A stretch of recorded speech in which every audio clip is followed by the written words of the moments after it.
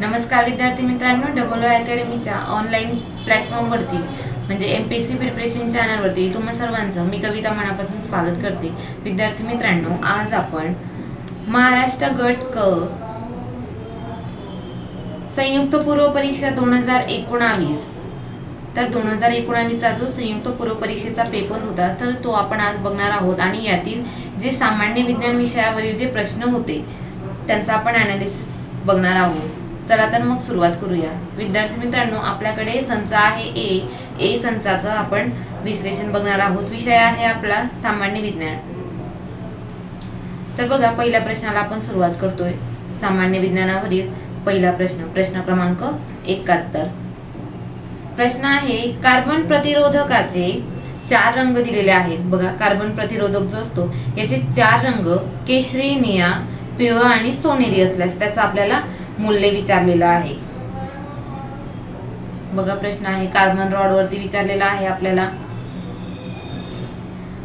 Carbon प्रतिरोधकाचे 4 रंग दिलेले आहेत आणि आपल्याला त्याचं मूल्य विचारलेलं आहे.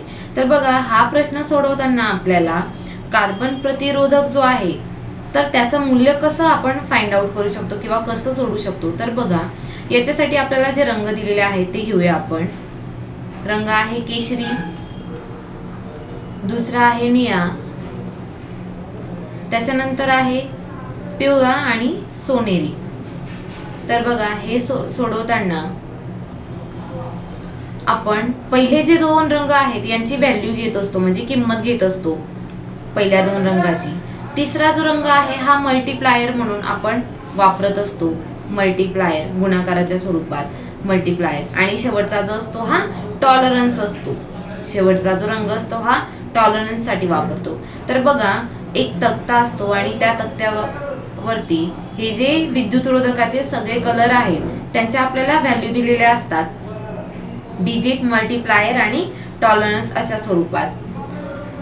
तर बघा, पहिला रंग आहे केशरी. तर केशरीसाठी आपण जो तक्त्यामध्ये व्हॅल्यू दिलेली आहे केशरी रंगाची ती आहे 3. त्याच्यानंतर निळ्या रंगासाठी दिलेली आहे 6. तुम्ही हवं तर तक्ता बघू शकतात. तर बघा, केशरीसाठी व्हॅल्यू आहे 3 आणि निळ्यासाठी आहे 6. आणि त्याच्यानंतर मल्टीप्लायर लिहितो. मल्टीप्लायरचा कलर आहे पिवळा. तर त्याच्यासाठी मल्टीप्लायर पिवळाचा आहे 10⁴ 10⁴. आणि गोल्ड जे आहे सोनेरी रंग तर त्याच्यासाठी अधिक आणि वजा म्हणजे धन आणि ऋण टॉलरन्स असतो तो 5% आहे. तर बघा, अशा पद्धतीने आपण जो विद्युतरोधक आहे त्याची जी आहे व्हॅल्यू किंवा मूल्य आपण काढू शकतो. आता बघा, हा आहे विद्युतरोध. इथे बघा ऑरेंज, त्याच्यानंतर आहे ब्ल्यू म्हणजेच केशरी, निळा, त्याच्यानंतर आहे पिवळा आणि असतो गोल्ड. बघा, मी नंबर देते: ऑरेंज, ब्ल्यू, येलो आणि गोल्ड. केशरी, निळा, पिवळा आणि सोनेरी. तर अशा पद्धतीने आपण यांचं सॉल्व्ह करू. तर बघा, हे जे मूल्य आलेलं आहे हे आहे का? यस आहे. बघा, पर्याय क्रमांक 4 जो आहे आपला, पर्याय क्रमांक 4 36 × 10⁴ आणि ओहम जे टॉलरन्स आहे हे आपण या पद्धतीने देत असतो. तर म्हणून आपलं योग्य उत्तर आहे प्रश्न क्रमांक 71 की कार्बन प्रतिरोधकाचे जर आपल्याला 4 रंग दिले असतील तर त्याचं मूल्य जे आहे हे अशा पद्धतीने आपण सोडवू शकतो. इथे जे 4 रंग दिले होते केशरी, निळा, पिवळा आणि सोनेरी तर ते आपण त्याचं मूल्य सॉल्व्ह केलेलं आहे, खाली सोडवलेलं आहे आणि ते येतं 36 × 10⁴ ओहम. तर तुम्ही अशा पद्धतीने कदाचित दुसऱ्या पण तुम्हाला कलरच्या किमती दिलेल्या असतील आणि त्याच्यानुसार सुद्धा तुम्ही सोडवू शकता. तर बघूया प्रश्न क्रमांक 22. प्रश्न क्रमांक 22 बघा, सॉरी 72. प्रश्न क्रमांक दुसरा जो आहे 72. तर योग्य जोड्या जुळवा सांगितलेला आहे आपल्याला. ए स्तंभ दिलेला आहे आणि बी स्तंभ दिलेला आहे आणि योग्य जोड्या. तर बघा, गुरुत्वाकर्षणासाठी आपण काय वापरतो? गुरुत्वाकर्षण जे आहे, गुरुत्वाकर्षण म्हणजे काय तर 2 वस्तू एकमेकांना विशिष्ट बलाने आकर्षित करतात. 2 वस्तू ज्या आहे एकमेकांना विशिष्ट बलाने आकर्षित करत असतात आणि हे बल जे आहे हे बल त्या वस्तुमानाच्या गुणाकाराशी काय असतं? समानुपाती असतं. तर बघा, अशा बलालाच आपण गुरुत्वाकर्षण बल असं म्हणत असतो आणि गुरुत्वाकर्षण बल आपण जी ने दाखवत असतो. जी ची किंमत असते 9.8. बघा, जी ची किंमत असते 9.8 मीटर प्रति सेकंड वर्ग, मीटर प्रति सेकंड वर्ग. तर बघा गुरुत्वाकर्षणाचा आहे का इथे? हो आहे. पर्याय 3 बघा, मीटर प्रति सेकंड वर्ग. गुरुत्वाकर्षण काय आलं? पर्याय क्रमांक 3 मीटर प्रति सेकंड वर्ग. अशाच पद्धतीने बघा विद्युत धारेसाठी, विद्युत धारा बघा, विद्युत धारा जी आहे विशिष्ट क्षेत्रातून एकक कालावधी वाहणाऱ्या विद्युत प्रभाराला आपण काय म्हणतो? विद्युत धारा म्हणत असतो. एकक कालावधी वाहणारा जो विद्युत प्रवाह आहे, प्रभार आहे, त्याला आपण विद्युत धारा म्हणत असतो. तर बघा हा प्रभार आपण क्यू ने दाखवत असतो आणि टी कालावधीमध्ये. प्रभार आहे क्यू आणि कालावधी आहे टी ने. तर बघा अशा पद्धतीने आपण हे विद्युत धारा जी आहे याचं सूत्र आहे Q/T म्हणजेच कुलोम्ब प्रति सेकंद. कुलोम्ब चार्ज आणि टाइम. तर म्हणून एकक आहे आपलं विद्युत धारेचं कुलोम्ब प्रति सेकंद. पर्याय क्रमांक 1 विद्युत धारासाठी कुलोम्ब प्रति सेकंद. तिसरा बघा वेग आहे. वेग म्हणजेच काय? तर वेग म्हणजे एकक कालावधीत वस्तूच्या झालेल्या विस्थापनास आपण काय म्हणत असतो? वेग म्हणत असतो, वस्तूच्या विस्थापनात. तर बघा वेगसाठी एकक आहे मीटर प्रति सेकंद. हे MKS पद्धतीमध्ये आलं, MKS मध्ये, आणि CGS मध्ये आलं सेंटीमीटर प्रति सेकंद. मीटर प्रति सेकंद आणि सेंटीमीटर बघा दिलेलं आहे इथे. मीटर प्रति सेकंद वेग म्हणजेच 4, वेग मीटर प्रति सेकंदामध्ये आपण काढत असतो. त्याच्यानंतर बघा विद्युत रोध. विद्युत रोध बघा, विद्युत रोध, विद्युत रोध म्हणजेच वाहकातून जाणारी विद्युत धारा ही वाहकाच्या दोन टोकांमधील विभवांतराशी काय असते? समानुपाती असते. म्हणजेच V is directly proportional to I. वाहकातून जाणारी विद्युत धारा ही विद्युत रोधाला काय असते? टोकांमधील विभवांतराशी समानुपाती असते, डायरेक्टली प्रोपोर्शनल असते. म्हणजेच V/I काय असतो? स्थिरांक येत असतो. आणि या स्थिरांकालाच काय म्हणतात? स्थिरांक कॉन्स्टंट K, यालाच काय म्हणतात? तर विद्युत रोध म्हणत असतात. आणि याचं एकक आहे ओहम. विद्युत रोधाचं एकक आहे ओहम मध्ये. आपण विद्युत रोध ओहम मध्ये मोजत असतो आणि याचं चिन्ह आहे ओहम. तर बघा विद्युत रोध ओहम मध्ये. तर अशा पद्धतीने आपण जोड्या जोडलेल्या आहेत. बघा पर्याय आहे का याचा दिलेला? A चं 3 बघा, A चं 3, 2 चं आहे 1. तर बघा पर्याय क्रमांक 2 याचं योग्य उत्तर आहे. अशा पद्धतीने आपण प्रश्न क्रमांक 72 हा सोडवलेला आहे. पुढे जाऊया बघा. प्रश्न क्रमांक 73 बघा. प्रश्न क्रमांक 73 काय विचारलेला आहे? खालीलपैकी कोणता ग्रह नाही असं विचारलेलं आहे. खालीलपैकी कोणता ग्रह नाही? पर्याय दिलेले आहेत आपल्याला. पर्याय क्रमांक 1 बघा प्लुटो, B दुसरा आहे शनी, तिसरा आहे युरेनस आणि चौथा आहे नेपच्यून. तर बघा याचं योग्य उत्तर आहे प्लुटो. प्लुटो जो आहे हा बटुग्रह आहे. प्लुटो आहे बटुग्रह. आणि बटुग्रह जो आहे प्रदक्षिणा, सूर्याभोवती प्रदक्षिणा घालणारी जी लहान आकाराची ग्रह असतात, सूर्याभोवती प्रदक्षिणा घालणारी लहान आकाराची ग्रह, तर त्यांनाच आपण काय? लहान ग्रह, त्यांनाच बटुग्रह असं म्हणतात. आणि बटुग्रह कोणता आहे? तर प्लुटो आहे.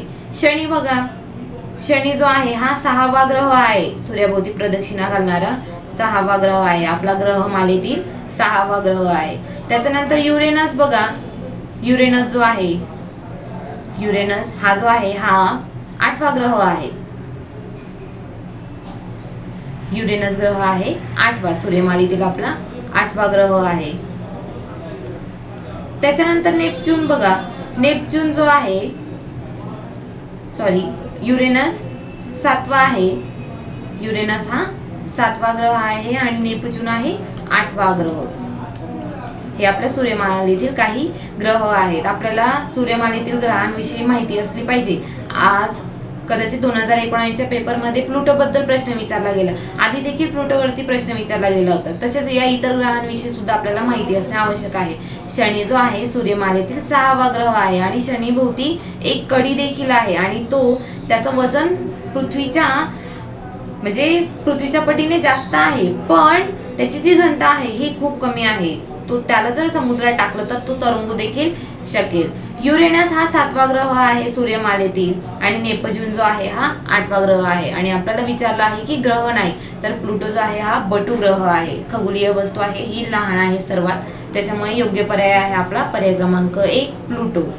पुढच्या प्रश्नाकडे बघा. प्रश्न क्रमांक 74 बघा. प्रश्न क्रमांक 74 आहे की कोणती सहस्पंदन संरचना जी आहे कार्बन डायऑक्साईड साठी योग्य पर्याय नाही. कार्बन डायऑक्साईड साठी योग्य पर्याय नाही विचारलेला आहे सहस्पंदन संरचना. तर याचं योग्य उत्तर आहे पर्याय क्रमांक 3. ही जी कार्बनची सहस्पंदन संरचना आहे तर ही योग्य नाहीये. बाकीची जी आहे पर्याय क्रमांक 1, 2 आणि 4 जे आहे हे योग्य रचना आहे कार्बनची. कार्बन आणि ऑक्सिजनची CO2 ची कार्बन डायऑक्साईडची ही योग्य रचना नाहीये. त्याच्यामुळे पर्याय क्रमांक 3 हे आपलं योग्य उत्तर आहे. प्रश्न क्रमांक 75 कडे जाऊया बघा. प्रश्न क्रमांक 75. प्रश्न क्रमांक 75 आहे की खालीलपैकी कोणते विधान उत्प्रेरकासाठी योग्य पर्याय नाही. योग्य पर्याय नाही विचारलेला आहे उत्प्रेरकासाठी. बघा पर्याय क्रमांक 1 दिला आहे उत्प्रेरक ऍक्टिव्हेशन ऊर्जा कमी करत असतात. उत्प्रेरक जे आहेत अभिक्रिया समतोल स्थितीत पोहोचण्यासाठी काय लागणारा वेळ कमी करते. पर्याय क्रमांक 3 आहे उत्प्रेरक अभिक्रियेत भाग घेतो आणि काय करतो वेग वाढवत असतो. पर्याय क्रमांक 4 बघा अभिकारक उत्पादन आणि उत्प्रेरक हे नेहमी काय असतात समप्रवस्थेत असतात. समप्रवस्थेत.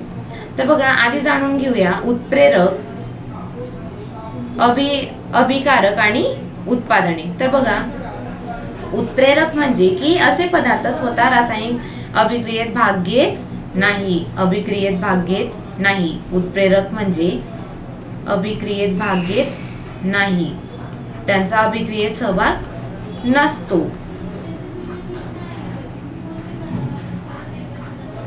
त्याच्यानंतर बघा अभिकारके. अभिकारके म्हणजे काय तर अभिक्रियेदरम्यान ज्या पदार्थामध्ये रासायनिक बदल घडतो. अभिकारके की ज्यांच्यात रासायनिक क्रियेद्वारे जेव्हा घडत असते तेव्हा त्यांच्यात बदल घडतो. यांच्यात जो आहे हा बदल घडत असतो.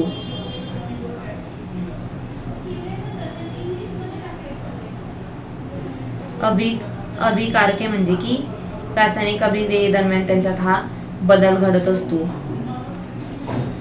तर बघा आणि उत्पादने जे आहेत उत्पादिते किंवा उत्पादन जे आहे रासायनिक क्रियेनंतर जे पदार्थ तयार होतात उत्पादिते किंवा त्यांना आपण उत्पादन म्हणतो.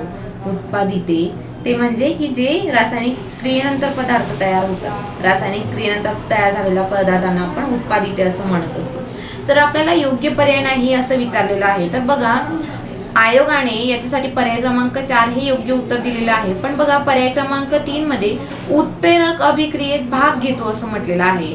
तर उत्प्रेरक जे आहेत अभिक्रियेत भाग घेत नाही हे लक्षात ठेवा नेहमी. पण आयोगाने पर्याय क्रमांक 4 हे योग्य उत्तर दिलेलं आहे. म्हणजेच अभिकारक उत्पादन आणि उत्प्रेरक हे नेहमी समप्रवस्थेत असतात असं. तर हे योग्य पर्याय नाहीये. हे समप्रवस्थेत नसतात. जाऊया पुढच्या प्रश्नाकडे. प्रश्न क्रमांक 76 बघा. प्रश्न क्रमांक 76 आहे कार्बन टेट्राक्लोराइडची डायपोल मोमेंट टिंबटिंबमुळे शून्य होते. बघा कार्बन टेट्राक्लोराइड म्हणजेच काय. Carbon tetrachloride CCl4 carbon tetrachloride CCl4 तर याची डायपोल मोमेंट जी आहे टिंबटिंबमुळे शून्य असते. तर बघा कार्बन क्लोरीन सोबत काय कार्बन सोबत 4 क्लोरीनचे अणू जोडलेले असतात. कार्बन सोबत क्लोरीनचे 4 अणू जोडलेले असतात आणि टेट्रा क्लोराइड असल्यामुळे हे जे आहे डायपोल मोमेंट यांची शून्य असते. म्हणजे त्याचा जो आकार आहे रेग्युलर आकार हा काय असतो टेट्राहेड्रल असतो. क्लोरीनचे 4 अणू त्याला जोडलेले असतात. त्याच्यामुळे कार्बन टेट्राक्लोराइडची जी डायपोल मोमेंट आहे ही कशामुळे शून्य असते त्याचा रेग्युलर टेट्राहेड्रल आकार जो आहे याच्यामुळे त्याची डायपोल मोमेंट ही शून्य असते. पर्याय क्रमांक 2 याचं योग्य उत्तर आहे. प्रश्न क्रमांक 77 बघा. प्रश्न क्रमांक 77 आहे शार्क बाबत योग्य तो पर्याय निवडा. बघा शार्क बाबत योग्य पर्याय सांगितलेला आहे. पर्याय क्रमांक A बघा अधर बाजूस त्याचं मुख असतं. दुसरा आहे जरायुज आहे. तिसरा आहे सायक्लॉइड खवले आणि चौथा आहे की कास्तिमय अंतकाल. आपल्याला पर्याय दिलेले आहेत. पर्याय क्रमांक 1 आहे की A, B आणि D दुसरा आहे फक्त ए आणि सी, तिसरा आहे बी आणि डी आणि चौथा आहे फक्त डी. तर शार्कच्या बाबत बघा, शार्कचे जे मुख असतं हे अधर बाजूचं असतं, त्याच्यामुळे हे योग्य आहे. शार्कचं जे तोंड असतं, मुख असतं हे अधर बाजूचंच असतं. जरायुज देखील शार्क मध्ये असतं. मऊ हाडे बघा, कास्तिमय अंतकंकाल जे आहेत याचे, शार्कचे जे हाडं असतात हे मऊ असतात, म्हणजे कास्तिमय अंतकंकाल असतात. शार्कच्या डोक्याला 5 ते 7, शार्कच्या डोक्यात जे असतात 5 ते 7 ह्या स्लिट्स असतात.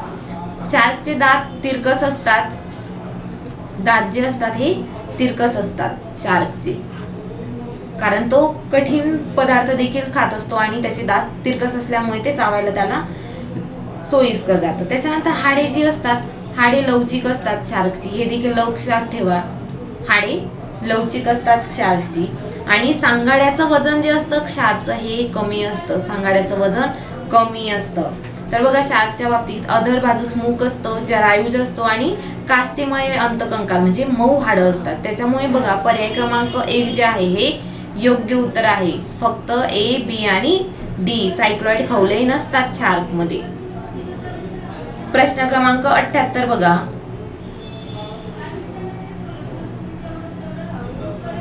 प्रश्न क्रमांक 78 बघा, प्रश्नचिन्हाच्या जागी आपल्याला योग्य पर्याय निवडायचा आहे. बघा, झुरळ आहे, मल्पिगियन नलिका आणि गांडूसाठी आपल्याला विचारलेला आहे. गांडूच्या इथे आपल्याला क्वेश्चन मार्क दिलेला आहे. जर झुरळची मल्पिगियन नलिका असेल तर गांडूची काय असेल?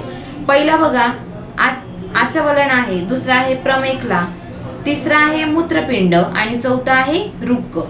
तर बघा, झुरळ जे आहे, झुरळ हे त्यांचं उत्सर्जन जे आहे मल्पिगियन नलिकेबाबत करत असतात. झुरळांचं उत्सर्जन हे मल्पिगियन जी नलिका असते, मल्पिगियन नलिका, याच्याद्वारे झुरळांचं उत्सर्जन असतं. तर गांडुळांचं उत्सर्जन हे रुक्काद्वारे होत असतं. रुक्क, गांडुळांचं उत्सर्जन रुक्काद्वारे गांडूळ जे आहेत हे उत्सर्जन करत असतात. झुरळ जे आहेत हे आर्थ्रोपोडा संघात येतात, झुरळ आर्थ्रोपोडा संघात येतात आणि गांडूळ जे आहेत हे ॲनिलिडात येतात. गांडूळ संघ ॲनिलिडात येत असतात. तर बघा, प्रश्न क्रमांक 78 जे आहे याचं योग्य उत्तर आहे पर्याय क्रमांक 4, रुक्क. गांडूळ रुक्कद्वारे आपलं उत्सर्जन जे आहे, उत्सर्जनाची क्रिया करत असतात. प्रश्न क्रमांक 79 बघा, प्रश्न क्रमांक 79, प्राण्यांच्या बाबतीत खालील काही विधाने दिलेली आहेत. बघा, पर्याय क्रमांक ए आहे, आपल्याला योग्य विधाने निवडायची आहेत. पर्याय क्रमांक ए बघा, ए विधान, सर्व पृष्ठवंशीय प्राणी समपृष्ठरज्जू प्राणी आहे. त्याच्यानंतर बी बघा, सर्व प्रकारचे पक्षी हवेत उडतात. सी आहे, सर्व कीटक परपोषी आहेत आणि डी आहे, सर्व मृदुकाय प्राणी जे आहेत ते कवचधारी आहेत. तर बघा, आपल्याला योग्य विधान विचारलेले आहेत. पर्याय दिलेले आहेत फक्त बी आणि सी. पर्याय क्रमांक 2 आहे फक्त ए. त्याच्यानंतर पर्याय क्रमांक सी आहे फक्त सी आणि डी आणि 4 आहे फक्त बी. तर बघा, पर्याय क्रमांक ए जो आहे हा बरोबर आहे, म्हणजे पर्याय क्रमांक 2 जे आहे हे आपले योग्य उत्तर आहे फक्त ए. बघा, सर्व पृष्ठवंशीय प्राणी जे असतात हे समपृष्ठरज्जू असतात, त्यांचा जो पृष्ठरज्जू असतो हा सम असतो. तर बघा, सर्व पृष्ठवंशीय प्राणी हे समपृष्ठरज्जू प्राणी असतात. ए विधान बरोबर आहे. बी विधान बघा, सर्व प्रकारचे पक्षी हवेत उडतात नाही. बाकीचे जे पक्षी आहेत, बाकीच्या प्रकारचे जे पक्षी आहेत हे हवेत उडत नाही, ते जमिनीवर देखील चालत असतात. त्याच्यामुळे बी विधान देखील अयोग्य आहे. सर्व कीटक बघा परपोषी असतात, तर काही कीटक जे आहेत ते स्वयंपोषी देखील असतात. काही कीटक स्वयंपोषी आणि काही कीटक हे परपोषी असतात. त्याच्यानंतर बघा, सर्व मृदुकाय प्राणी कवचधारी आहेत नाही. बाकीचे जे मृदुकाय प्राणी आहेत ते कवचधारी नसतात, त्यांना कवच नसते. त्याच्यामुळे पर्याय क्रमांक बी, सी आणि डी हे अयोग्य आहेत. आपल्याला विधान योग्य विचारलेलं आहे बरोबर, त्याच्यामुळे विधान ए जे आहे हे बरोबर आहे की सर्व पृष्ठवंशीय प्राणी हे समपृष्ठरज्जू प्राणी असतात. म्हणून पर्याय क्रमांक 2 हे आपलं योग्य उत्तर आहे. पर्याय क्रमांक 2. पुढे जाऊया, प्रश्न क्रमांक 80 बघा. प्रश्न क्रमांक 80 विचारलेला आहे आपल्याला, ब्रायोफायटा टिंबटिंब या बाबतीत टेरिडोफायटापेक्षा वेगळे असतात. ब्रायोफायटा टिंबटिंब बाबतीत टेरिडोफायटापेक्षा वेगळे असतात. पर्याय क्रमांक ए दिलेला आहे वाहिनीयुक्त, 2 आहे बीजे, तिसरा आहे बिगर वाहिनीयुक्त आणि 4 आहे बीजूकधारी. तर बघा ब्रायोफायटा जे आहेत, ब्रायोफायटा आणि टेरिडोफायटा, तर ह्या अबीजपत्री वनस्पती येतात, अबीजपत्री.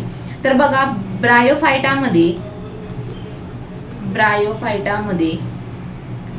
हरितद्रव्य असतं, ब्रायोफायटामध्ये हरितद्रव्य असतं आणि टेरिडोफायटामध्ये जलवाहिनी आणि रसवाहिनी असतात. टेरिडोफायटा बघा, टेरिडोफायटा याच्यात जलवाहिनी आणि रसवाहिनी असतात. ब्रायोफायटामध्ये हरितद्रव्य असतात, टेरिडोफायटामध्ये जलवाहिनी आणि रसवाहिनी असतात. आपल्याला इथे प्रश्न विचारलेला आहे बघा की ब्रायोफायटा टिंब बाबतीत टेरिडोफायटापेक्षा वेगळे असतात. ब्रायोफायटामध्ये हरितद्रव्य असतात आणि टेरिडोफायटामध्ये जलवाहिनी आणि रसवाहिनी असतात. म्हणजेच ब्रायोफायटामध्ये बिगर वाहिनी युक्त असतात. ब्रायोफायटा जे असतात याच्यात जलवाहिनी आणि रसवाहिनी नसतात, म्हणजे त्या बिगर वाहिनी युक्त असतात. म्हणून बघा पर्याय क्रमांक 3 हे योग्य उत्तर आहे. बघा वाहिनी युक्त हे बरोबर आहे. त्याच्यानंतर बीजे असतात, खोड, पान, मूळ आणि बीजे असतात. बीजूकधारी देखील असतात, पण त्या बिगर वाहिनी युक्त असतात, ब्रायोफायटा जे असतात. त्याच्यामुळे पर्याय क्रमांक 3 हे योग्य उत्तर आहे. पुढे जाऊया. प्रश्न क्रमांक 81 बघा. प्रश्न क्रमांक 81, भुरी रोगाच्या नियंत्रणासाठी कोणत्या रोगनाशकाचा वापर करतात? भुरी रोगाच्या नियंत्रणासाठी कोणत्या रोगनाशकाचा वापर करतात? पर्याय दिलेले आहेत आपल्याला. बोर्डो मिश्रण, दुसरा आहे सल्फर, एंडोसल्फॉन आणि चौथा आहे तुरटी. तर बघा भुरी रोग जो आहे हा थंड आणि कोरडं वातावरण लागतं याला, थंड व कोरडं वातावरण. त्याच्यानंतर हा भुरी रोग जो आहे हा झाडाच्या पानांवरती तसेच फुलांवरती, फुलांच्या ज्या पाकळ्या असतात कळ्यांवरती आणि देठावरती जे आहे देठावरती प्रादुर्भाव असतो भुरी रोगाचा. हे बघा कुठे कुठे टोमॅटो, वांगे आणि भेंडी सारखे जे आहेत पिकं त्यांच्यावरती भुरी रोगाचा प्रादुर्भाव होत असतो. तर बघा ह्या भुरी रोगाचा आपल्याला नायनाट करण्यासाठी किंवा याचा प्रतिबंध करण्यासाठी बोर्डो मिश्रण जे आहे, बोर्डो मिश्रण आणि सल्फर हे जे रोगनाशक आहेत तर हे उपयुक्त आहेत. त्याच्यामुळे बघा पर्याय क्रमांक 1 जो आहे हे योग्य उत्तर आहे आपलं. पर्याय क्रमांक ए आणि बी फक्त. बघा बोर्डो मिश्रण आणि सल्फर या रोगनाशकाचा जर आपण वापर केला तर भुरी रोगावरती आपण नियंत्रण मिळवू शकतो. पुढचा प्रश्न बघा. प्रश्न क्रमांक 82, वनस्पती वर्गीकरणाची नैसर्गिक पद्धत कोणी मांडली? बघा आधी देखील हा प्रश्न विचारला गेला आहे. वनस्पती वर्गीकरणाची नैसर्गिक पद्धत कोणी मांडली? तर बेंथम आणि हुकर यांनी मांडली. पर्याय क्रमांक 3, बेंथम आणि हुकर यांनी वनस्पती वर्गीकरणाची नैसर्गिक पद्धत मांडली. त्याच्यामुळे पर्याय क्रमांक 3. प्रश्न क्रमांक 83 बघा. प्रश्न क्रमांक 83 काय विचारलेलं आहे की डिऑक्झी रायबोन्यूक्लिक ऍसिड म्हणजेच डीएनए आणि रायबोन्यूक्लिक ऍसिड म्हणजेच आरएनए याच्यामध्ये मूलभूत फरक आपल्याला विचारलेला आहे. मूलभूत फरक पर्याय दिलेले आहेत बघा. शर्करेचा आणि नायट्रोजन बेसचा क्षार. त्याच्यानंतर पर्याय क्रमांक 2 आहे शर्करेचा फॉस्फिक आम्लाचा प्रकार, 3 आहे नायट्रोजन बेसचा प्रकार आणि फॉस्फोरिक आम्लाचा प्रकार आणि 4 आहे शर्करेचा प्रकार, नायट्रोजन बेसचा प्रकार आणि त्यातील धाग्यांची संख्या. तर बघा डीएनए मध्ये शर्करा असते. कोणती शर्करा असते? तर डीऑक्झीरायबोज. बघा एक जे आहे याच्यात जे आहे डीऑक्झीरायबोज शर्करा असते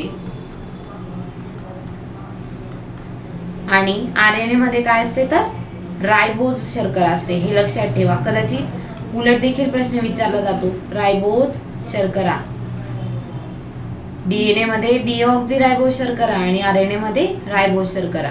दुसरा डिफरन्स बघा. याच्यात थायनिन जे आहे नायट्रोजन बेस असतं.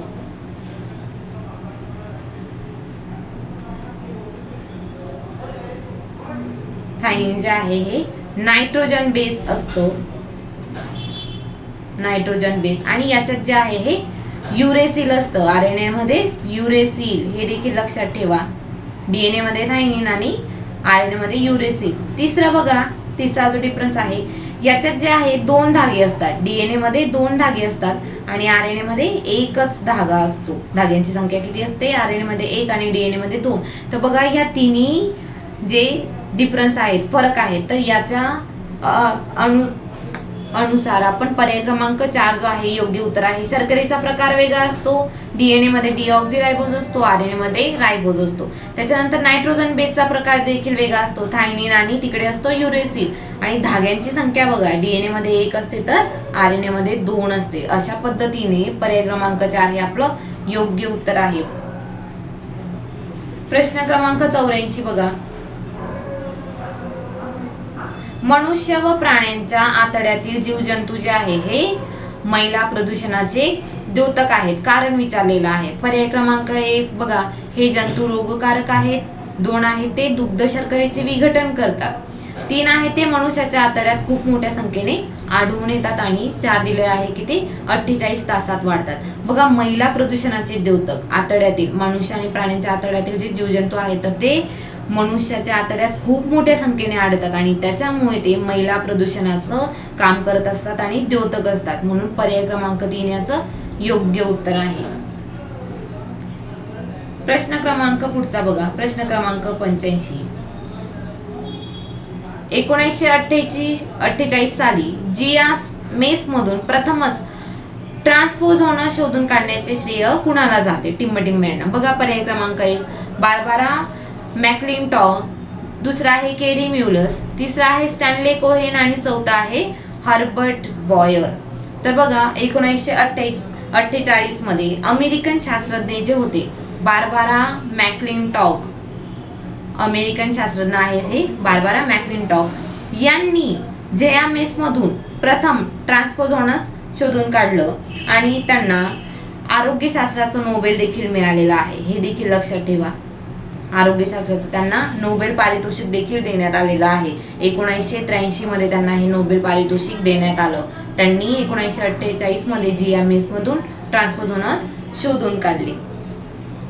तर बघा, अशा पद्धतीने आपण सामान्य विज्ञानाचे जे प्रश्न आहेत ते आपण सोडवलेले आहेत आणि त्यांचा अनालिसिस बघितलेला आहे. पुढच्या व्हिडिओत देखील आपण ग्रुप सी साठीची जी संयुक्त पूर्व परीक्षा आहे तर मागील वर्षाचे जे पेपर आहे त्यांचा आपण अनालिसिस बघणार आहोत.